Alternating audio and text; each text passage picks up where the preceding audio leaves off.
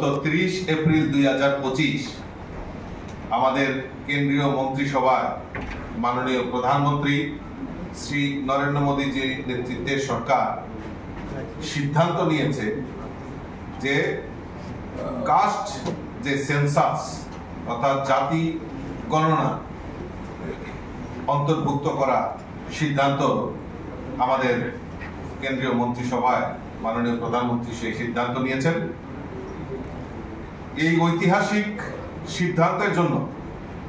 আমরা ভারতীয় জনতা পার্টি ত্রিপুরা প্রদেশ কমিটির পক্ষ থেকে আমাদের দেশের যশস্বী প্রধানমন্ত্রী নরেন্দ্র মোদীজিকে আন্তরিকভাবে অনেক অনেক অভিনন্দন এবং শুভেচ্ছা জানাচ্ছি। আমরা জানি যে 2011-তে লাস্ট জনগণনা হয়েছিল, সেন্সাস হয়েছিল। 2021 সালে সেই সেন্সাস যে ডিউ যেটা হওয়ার কথা ছিল, কিন্তু আমরা জানি 2019-এ করোনা মহামারীর ফলে এবং এই 21 সাল পর্যন্ত যে আমাদের জনগণনার সেই কাজটাকে ব্যাহত হয় মহামারীর কারণে।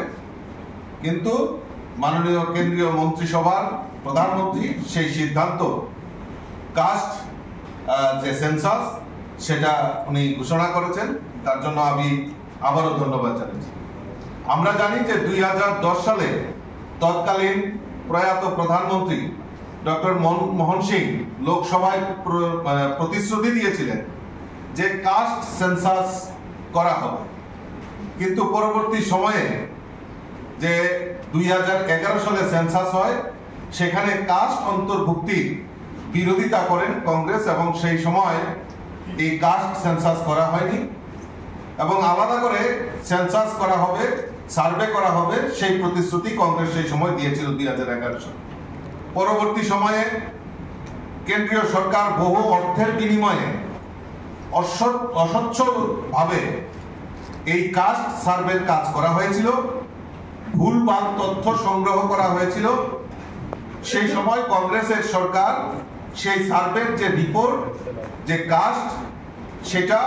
করতে পারেনি, প্রকাশ করতে পারেনি, কারণ ভুলভাল সিদ্ধান্ত, ভুলভাল যে তথ্য সেটা সেই সময় সংগ্রহ করেছে। আমরা বিশ্বাস করি এই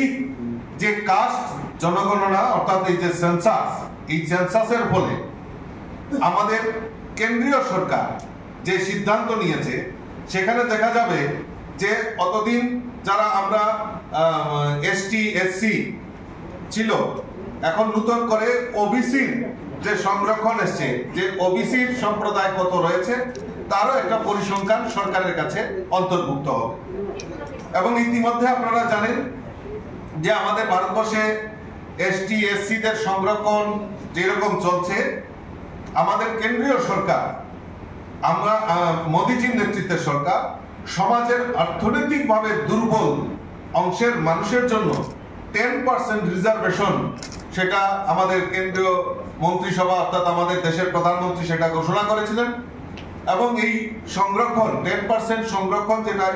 অর্থনৈতিকভাবে যারা দুর্বল তাদেরকে চিহ্নিত করে তাদের 10% রিজার্ভেশন সমস্ত ক্ষেত্রে সেটা তারা যাতে সুযোগ সুবিধা নিতে পারে তার ব্যবস্থা আমাদের কেন্দ্রীয়